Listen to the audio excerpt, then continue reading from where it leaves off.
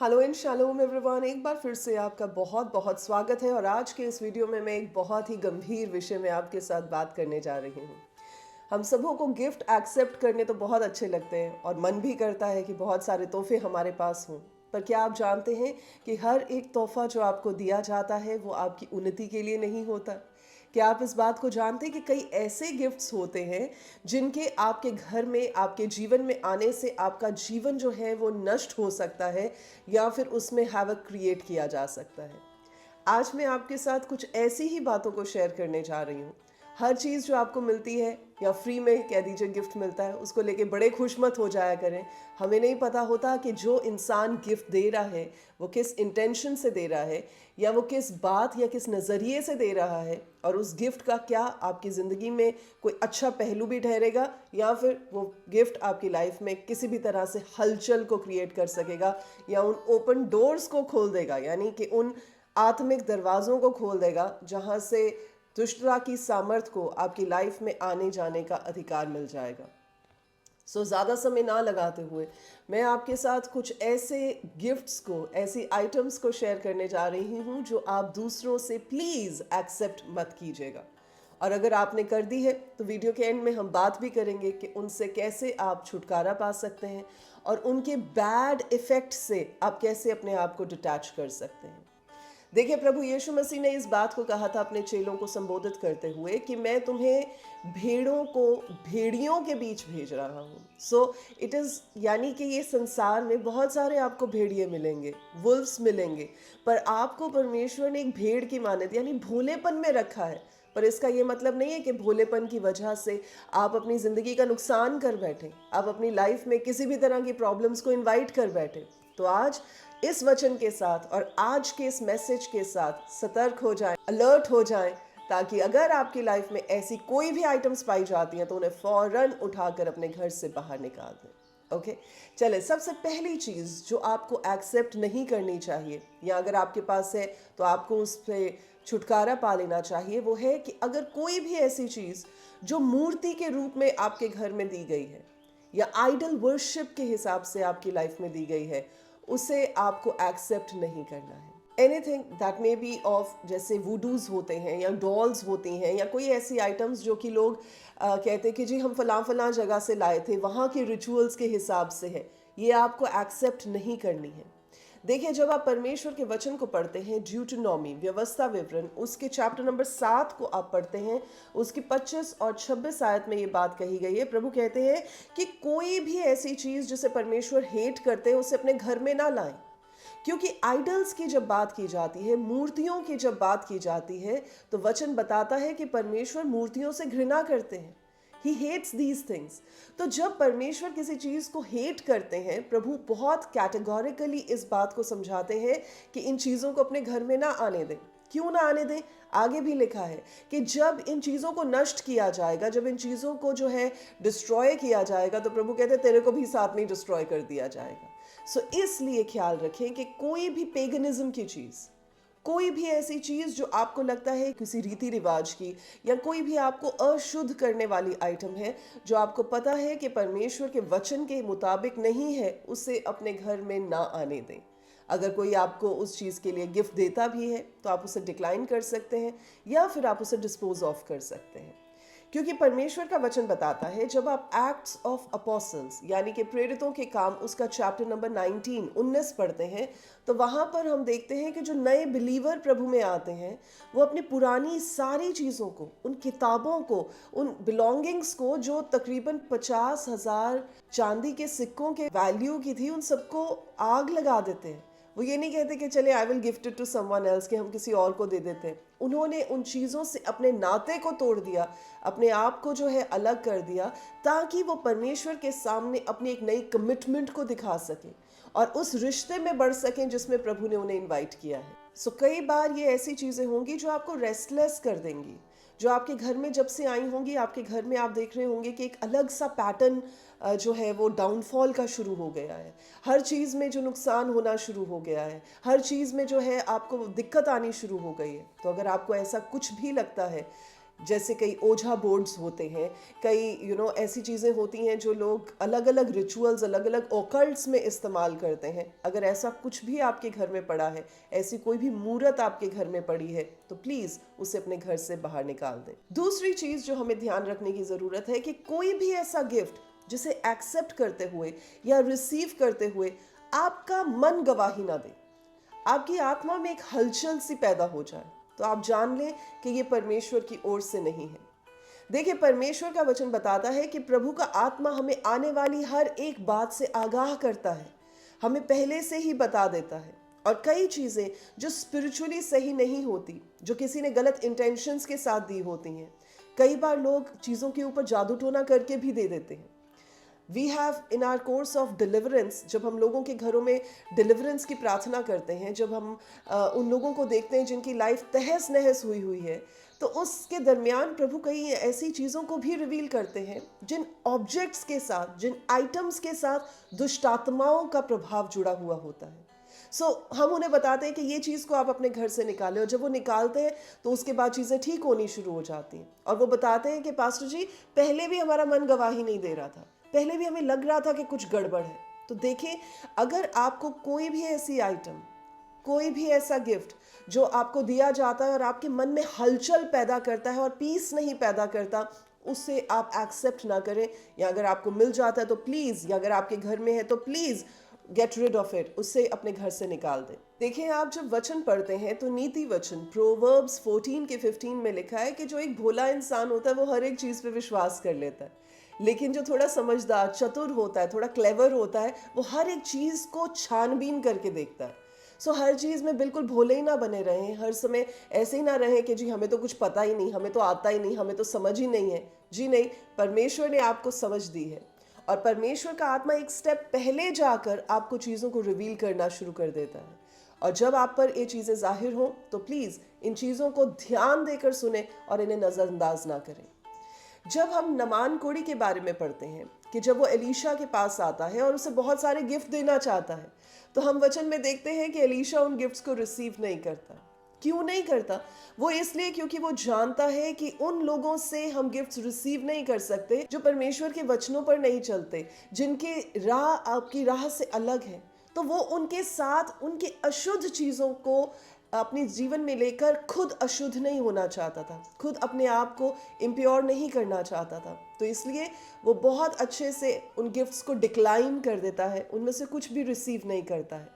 और आप देखते हैं, जबकि एलीशा का दास गेहजी उन गिफ्ट्स को रिसीव करता है तो उस पर श्राप भी आ जाता है, वो डिसोबीडियंस भी दिखाता है, जस्ट बिकॉज उसमें ग्रीड आ जाती है, उसमें लालच आ जाता है, उसकी वजह से उसकी ज़िंदगी और उसकी पुश्तें भी खराब हो जाती हैं। इसलिए ध्यान रखें कि कोई भी ऐसी चीज़ जिसका मन आपको गवाही नहीं देता, पवित्र आत्मा की ओर से आपको ये बात जाहिर नहीं होती कि आपको ये लेना चाहिए कि नहीं, आप उस गिफ्ट को डिक्लाइन कर सकते हैं। एक और बड़ा अच्छा एग्जाम्पल है जो पवित्र बाइबल में लिखा हुआ है। जबकि हम दानियल की किताब को पढ़ते हैं तो वहाँ हम देखते हैं कि दानियल और उसके फ्रेंड्स के लिए उन्हें खाना परोसा जाता है, उन्हें कहा जाता है कि राजा के मेज़ से अच्छी अच्छी चीज़ें तुम्हारे लिए दी जाएंगी, पर वो बहुत स्मूथली, बहुत ग्लिबली उस चीज़ को डिक्लाइन कर देता है। वो इसलिए क्योंकि उसका मन गवाही नहीं देता कि वो राजा की मेज़ में शामिल हो। तो जिस चीज़ के लिए आपकी आत्मा में अगुवाई ना हो, उस गिफ्ट को प्लीज़ एक्सेप्ट ना करें।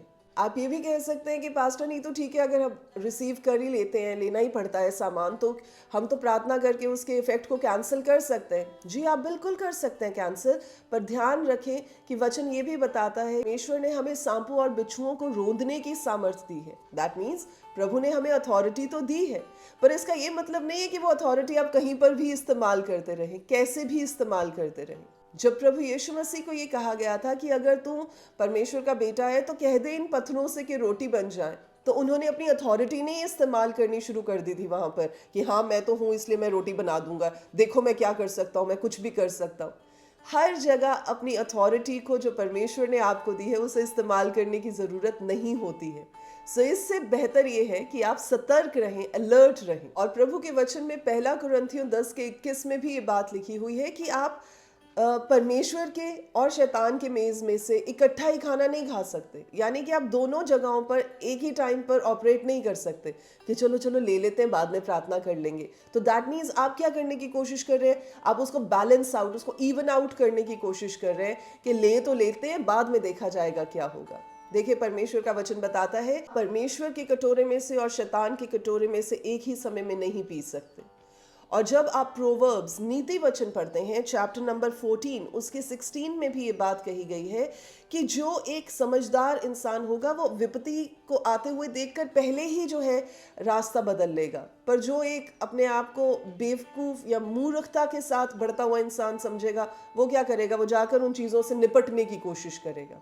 सबसे बेस्ट तरीका ये है कि आप अवॉइड करें जो चीज़ें आपको ठीक नहीं लगती, आत्मा में अगुवाई नहीं होती, प्लीज उन्हें अवॉइड करना सीखें। तीसरे गिफ्ट जो आपको एक्सेप्ट नहीं करने चाहिए वो हैं जबकि आप जनरेशनल लीनिएज से, यानी कि आपकी पहली पीढ़ी और उससे पहली पीढ़ी से जो चीज़ें आपकी लाइफ में जो आइटम्स हैंड ओवर कर दी जाती हैं। कई ऐसी आइटम्स होती हैं जिनके साथ डिमोनिक स्पिरिट्स अटैच्ड होती हैं। कई ऐसी आइटम्स होती हैं जो अलग अलग तरह की धार्मिक रिचुअल्स के साथ जुड़ी हुई होती हैं, और उनके साथ क्या होता है, वो सारी चीज़ें जो उस समय में आपके बाप दादाओं ने की होती हैं वो उनके साथ ही अगली की अगली पीढ़ी को सौंप दी जाती हैं। और आपको ये लग सकता है कि ये जी फलानी चीज़ जो मेरे पर दादा की है या मेरी पर नानी की है और उनके ज़माने से ये हमारी जो है ज़माने तक आई है, तो ये हमें दी गई है, हमें सौंपी गई है।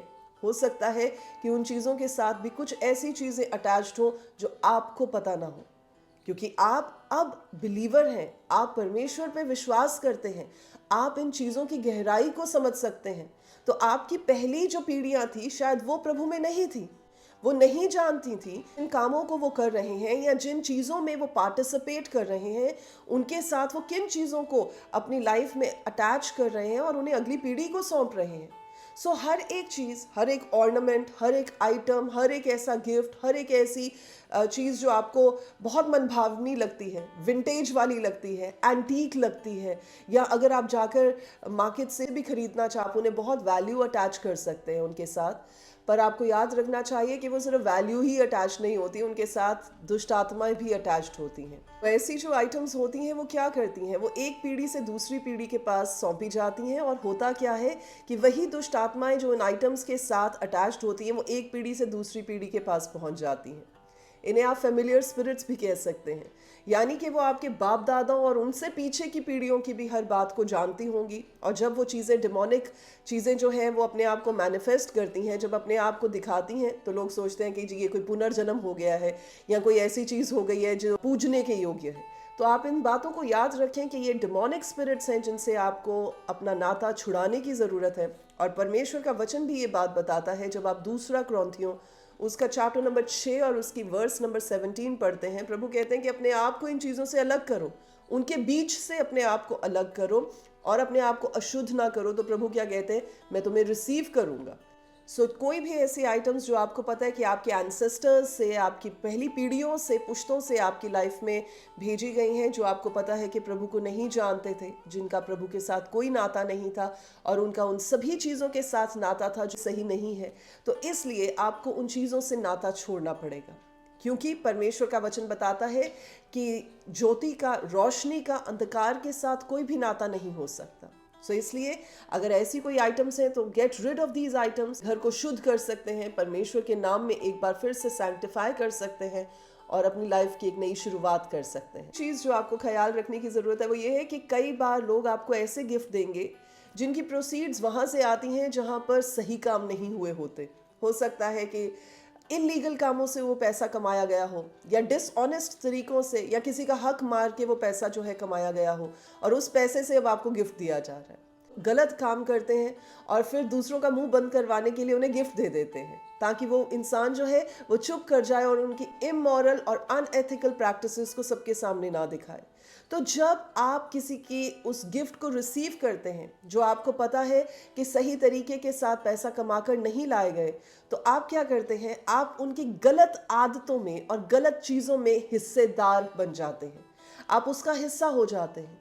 और जो डिमोनिक पावर्स उन गलत कामों की वजह से उनकी लाइफ में काम करती हैं, अब वो गिफ्ट्स के माध्यम से आपकी लाइफ में भी आकर काम करनी शुरू करेंगी। जब आप यहोशू का चैप्टर नंबर 7 पढ़ते हैं तो वहां पर ये बात बड़ी क्लियर है कि प्रभु ने मना किया था उन्हें कि विरोधी कैंप में से कोई भी चीज नहीं उठाकर लानी है, पर उनमें से एक जन ऐसा होता है, आकान नाम का जो इंसान है, वहां से चीजें उठाकर ले आता है, छुपा लेता है। और फिर क्या होता है, वो पूरे के पूरे इज़राइल के लोगों के लिए, उनकी पूरी सेना के लिए पतन का कारण यानी कि डाउनफॉल का कारण बन जाता है। जीतते हुए जो लड़ाइयाँ हैं वो हारनी शुरू हो जाते हैं। सो इसलिए आपको याद रखने की ज़रूरत है कि जब आप किसी की इलीगल एक्टिविटीज़ में से पार्टेक करते हैं, उनके गलत कामों की प्रोसीड्स में से कुछ गिफ्ट्स लेते हैं, रिसीव करते हैं उन गिफ्ट्स को, तो ऑब्वियसली आप अपने आप को भी मैनिपुलेट कर देते हैं, आप अपने आप को भी करप्ट कर देते हैं और परमेश्वर के वचन से आप अलग हो जाते हैं। अगर आपको पता है कि कोई इंसान के काम सही नहीं है, वो टैक्स इवेड करता है, गवर्नमेंट को टैक्सेस नहीं देता है और वो गलत जरियों से पैसा कमा रहा है, ड्रग डीलिंग में है या माफिया ग्रुप्स के साथ अटैच्ड है और गैंगस्टर्स के साथ इन्वॉल्व है और लोगों का मर्डर करता है और वहाँ से पैसा आ रहा है, और आप सिर्फ इसीलिए अपने मुंह को बंद रखें क्योंकि आप जानते हैं कि वो आपको एक्सपेंसिव गिफ्ट्स देते हैं, तो ये सही नहीं है। सो ऐसे लोगों के गिफ्ट्स को आपको डिक्लाइन करना है, आपको रिसीव नहीं करना है। देखिए, जब आप नीति वचन प्रोवर्ब्स चैप्टर नंबर 15 पढ़ते हैं, उसकी 27th आयत में ये लिखा है कि जो लालची इंसान होता है वो अपने घराने को दुख देता है, और जो घूस से नफरत करता है यानी ब्राइब से नफरत करता है वो जिंदा रहेगा, वो जीवित रहेगा। सो इसलिए आपको ध्यान रखना है कि कोई भी ऐसा काम जो कि आपकी लाइफ में किसी और की वजह से डाउनलोड किया जा रहा है, जिसके काम सही नहीं है, उस गिफ्ट को आपको रिसीव नहीं करना है। और अगर आपके पास ऐसा कोई गिफ्ट है, आपको उसे अपने आप से अलग करना है। चीज़ जो आपको ध्यान रखने की ज़रूरत है वो ये है कि कई बार ऐसे गिफ्ट्स होते हैं जो एक पेनफुल रिलेशनशिप को दिखाते हैं। जैसे कि मान लीजिए किसी का डिवोर्स हो जाए, तो डिवोर्स के बाद हस्बैंड आकर कोई गिफ्ट दे दे वाइफ को, और वो जब भी उस गिफ्ट को देखे तो उसके वो बुरी मेमोरीज जो है, जो पुरानी बुरी साथ जुड़ी हुई यादें हैं, वो उसे याद आनी शुरू हो और हर समय उसे दुखी करती रहें। तो ऐसे गिफ्ट भी रखने का कोई फ़ायदा नहीं है, उन्हें एक्सेप्ट करने का कोई फ़ायदा नहीं है। कई बार लोगों के ब्रेकअप हो जाते हैं या they part ways with each other, और कुछ ना कुछ गिफ्ट उनके पास पड़े हुए होते हैं, कोई पुराने नोट्स, कोई पुरानी कार्ड्स, कोई पुराने आइटम्स। तो वो क्या है, जितनी बार आप उन चीज़ों को देखेंगे आपका मन दुख से भर जाएगा। कोई ऐसे रिश्ते जो पहले बहुत अच्छे हो, उन्होंने आपको बड़ी अच्छी अच्छी चीज़ें जो है गिफ्ट्स को एक्सचेंज किया हो, और अब जब आप देखते तो आपको याद आ जाती उन्होंने आपके साथ कितना बुरा किया था। तो अगर आपके पास ऐसी कोई भी चीज़ है, अगर तो वो आपको कुछ देना चाहते हैं तो आप उसको डिक्लाइन करें, अगर कोई चीज़ है तो उससे अपने आप को अलग करें, just get rid of those items. ज़रूरी नहीं होता कि हर एक गिफ्ट, हर एक तोहफा जो आपको दिया गया है वो अच्छी इंटेंशन से ही दिया गया है। कई बार कई फीलिंग्स अटैच्ड होती हैं, कई बार उसके साथ कई बातें अटैच्ड होती हैं। तो आपको ये याद रखने की ज़रूरत है कि हर एक चीज़ को सिर्फ ऐसा ही ना सोचें कि हाँ जी, हर चमकने वाली चीज़ जो है वो सोना है, वो सोना नहीं भी हो सकती है। सो आपको बहुत केयरफुल रहने की ज़रूरत है कि क्या चीज़ की गवाही परमेश्वर आपको देते हैं, और अगर कोई भी ऐसी चीज़ आपकी लाइफ में है जो आपको ट्रिगर करती है और उन बैड मेमोरीज में वापस लेकर जाती है जहाँ से प्रभु आपको निकाल कर लाए हैं, अगर आपके घर में कोई ऐसी आइटम्स हैं जिन्हें देखकर आपको याद आ जाता है कि आप पास्ट इतना दर्द में रहा है, आपके साथ उन रिलेशनशिप्स ने इतना बुरा किया है, तो प्लीज़ उन चीज़ों को समेटें, इकट्ठा करें और घर से बाहर फेंक दें। क्योंकि जितनी बार भी आप उन चीज़ों को देखेंगे उतनी बार ही वो आपकी लाइफ में उन गिल्ट की बातों को, शेम की बातों को, दर्द की बातों को, रोने और मातम मनाने की बातों को वापस लेकर आएगा। और जब आप इन चीज़ों से अपने आप को अलग कर लेंगे तो उन चीज़ों का आपके ऊपर और उन आइटम्स के साथ जुड़ी हुई दुष्ट आत्माओं का आपके ऊपर कोई भी अधिकार नहीं रह जाएगा। सो इसलिए be careful and be alert about this. आपको कभी भी उन जगहों से या उन लोगों से गिफ्ट्स नहीं लेने चाहिए जो चाहते हैं कि आप उनके गिफ्ट को लेकर उनके लिए कुछ अनएथिकल काम को करें। जैसे कि कई ऑफिसेज में या कई जगहों पर लोग ब्राइब देने की कोशिश करते हैं, घूस देने की कोशिश करते हैं। वो क्या चाहते हैं कि ठीक है, अगर हमारा काम नहीं भी सही है तो आप पैसे लेके इस काम को कर दें। तो उससे क्या होता है, जो इंसान ब्राइब लेता है, घूस लेता है, वो अपने ऊपर श्राप लेकर आता है। आपने सुने होंगे ऐसे वाकया जहां पर लोग अपनी गलत इंटेंशंस को फुलफिल करने के लिए किसी ऑनेस्ट ऑफिसर को भी ब्राइब करने की कोशिश करते हैं, पर परमेश्वर का वचन क्या बताता है, जब आप मत्ती रचित सुसमाचार पढ़ते हैं उसके 16 के 26 में, 16 के 26 में ऐसा लिखा है कि एक इंसान अगर अपने सोल को, अपने प्राणों को गवा दे, तो सारी सृष्टि की चीज़ों को अगर जीत भी ले तो उससे उसका कोई फ़ायदा नहीं होने वाला। तो इसलिए बजाय इसके कि आप अपने वैल्यूज़ पर, अपने मॉरल्स पर कॉम्प्रोमाइज़ करें और सिर्फ इसलिए कि जी मुझे कोई बड़ा गिफ्ट मिलने वाला है या मुझे इसके एवज़ में कुछ मिलने वाला है, उसे एक्सेप्ट मत करें, उसे रिसीव मत करें। देखिए, आज तो आप उस छोटे से गिफ्ट को लेकर खुश हो सकते हैं, पर कल के दिन में जब इटर्निटी के लिए आप परमेश्वर से अलग हो जाएंगे तो उस गिफ्ट के आज क्या मायने हो सकते हैं। चलिए मैं आपको एक एग्जाम्पल देके समझाना चाहूँगी। हो सकता है कि कोई ऐसा जन हो, कोई ऐसा बॉस हो जो अपने कुलीग को ये बात कहे कि मैं तुम्हें प्रमोशन दूंगा अगर तुम मेरे साथ जो है वो गलत संबंध रखोगी। तो वो ये सोचे कि जी अदरवाइज तो ये प्रमोशन मुझे मिलनी नहीं थी, तो चले क्या फ़र्क पड़ता है कि अगर बॉस के साथ कुछ गलत रिलेशनशिप्स में आ भी जाए तो। जी नहीं, ऐसे काम करके आप क्या कर रहे हैं, उस गलत रिश्ते के साथ आप डिमोनिक पावर्स के लिए दरवाजे को खोल रहे हैं। अगर मान लीजिए कोई प्रोड्यूसर है, वो ये कहता है कि कोई बडिंग आर्टिस्ट है, चले मैं तुम्हारी एल्बम को जो है वो प्रोड्यूस करूंगा, पैसे लगाऊंगा, पर इसमें ये सब संसारिक बातें होनी चाहिए, इसमें वायलेंस, इसमें सेक्स, इसमें ये कंटेंट होना चाहिए जो लोगों को बड़ा खुश करे। और आप बोले कि जी हाँ जी हाँ जी, क्योंकि मुझे ब्रेक मिल रही है इसलिए मैं ये काम कर लूँ। जी नहीं, उससे आप क्या कर रहे हैं, आप अपने लिए डिमोनिक पावर्स के लिए, डार्कनेस की पावर्स के लिए दरवाज़ों को खोल रहे हैं। और एक बार जब ये चीज़ें आ जाती हैं तो आसानी से घर से बाहर नहीं निकलती।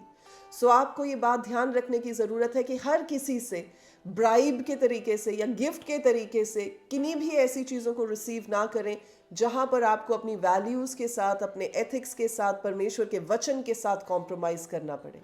और अगर कुछ भी ऐसा आता है, लर्न टू से नो, उससे उसी समय रोके, उसी समय उसे मना करना सीखे, क्योंकि इसी से आपका बचाव भी है और आपकी आने वाली पीढ़ियों का भी इसी में बचाव है। देखिए, जब आप परमेश्वर के वचन को पढ़ते हैं, वहां पर एक्सोडस यानी निर्गमन, उसके चैप्टर नंबर 23 में ये बात कही गई है, उसके 8वें वचन में, कि घूस ना लेना, यानी डू नॉट टेक ब्राइब। क्योंकि वो क्या करता है कि घूस देखने वालों को भी अंधा कर देता है, यानी जो उसकी ओर देखता है उनको अंधा कर देता है, यानी वो सही और गलत का अब फैसला नहीं कर पाते। और लिखा है कि धर्मियों की बातों को पलट देता है, यानी कि जो बंदा राइचियस है, जो सही है, वो भी अपनी बात को अब घुमाने के योग्य हो जाता है। क्यों? क्योंकि अब उसके हाथ में घूस आ गई है, ब्राइब आ गई है। सो इसलिए ब्राइब में मिली हुई कोई भी प्राइज, कोई भी गिफ्ट को, कोई भी रिवॉर्ड को एक्सेप्ट ना करें। सो कोई भी ऐसा गिफ्ट जो कि आपकी इंटेग्रिटी पे आपको कॉम्प्रोमाइज करने के लिए, जहां पर आप परमेश्वर के वचन के द्वारा जानते हैं कि जाना सही नहीं है, तो आप उस चीज़ को प्यार से डिक्लाइन कर सकते हैं। सो आज मैंने आपके साथ इन बातों को शेयर किया है और मेरा विश्वास है कि आप जान पाए हैं कि इन चीज़ों को आपको नहीं करना है। और जैसे परमेश्वर के वचन में लिखा है, पहला पतरस उसके पहले चैप्टर की 15 आयत में, कि पवित्र बनो, that means be holy just as the Lord who has called you is holy. मेरा विश्वास है कि आप इन बातों पर ध्यान देंगे। अगर आपके घर में ऐसी कोई आइटम्स पड़ी हुई हैं जो आपको समझ में आ रही है कि आपके घर में नहीं होनी चाहिए, तो प्लीज़ उन आइटम्स को अपने घर से निकालें, परमेश्वर से माफ़ी मांगे, अपने घर को स्पिरिचुअली और अपनी लाइफ को स्पिरिचुअली और फिजिकली साफ करें, और उस फॉरगिवनेस के साथ जो प्रभु से आपने रिसीव की है, उसके साथ आप अपनी लाइफ को आगे बढ़ा सकते हैं। और इन चीज़ों के साथ जब आप अपने नाते को तोड़ेंगे, आप देखेंगे कि आपकी लाइफ बहुत सुखद हो गई है और बहुत बेटर फील करती है। और आगे के लिए भी ध्यान दें और दूसरों को भी बताएं। अगर आपके साथ कुछ ऐसे लोग जुड़े हुए हैं जो आपको पता है कि शायद इन चीज़ों में गलती कर सकते हैं, तो आज के इस वीडियो को उनके साथ भी शेयर करें, ताकि वो भी इन आइटम्स को, इन गिफ्ट्स को रिसीव ना करें और अपनी लाइफ में प्रॉब्लम्स को ना आने दें। आज के लिए बस इतना ही। अगर आप हमारे साथ संडे सर्विस का हिस्सा बनना चाहते हैं तो moving the mountain apostolic church sector 126 Mohali में हमारे साथ संडे को जुड़ सकते हैं। वहाँ पर परमेश्वर की महिमा, आराधना, वचन और प्रार्थना के समय में आप हमारे साथ प्रभु की महिमा कर सकते हैं। सो आज के लिए बस इतना ही। हम अगले वीडियो में और भी ऐसे ही टॉपिक्स को लेकर आएंगे जिनमें आप जान सके कि आप प्रैक्टिकली परमेश्वर के वचन को कैसे अप्लाई कर सकते हैं और आप अपनी लाइफ में एक बेहतर जीवन को जीने का ढंग सीख सकते हैं। प्रभु आप सबों को आशीष दे। God bless you. शालोम।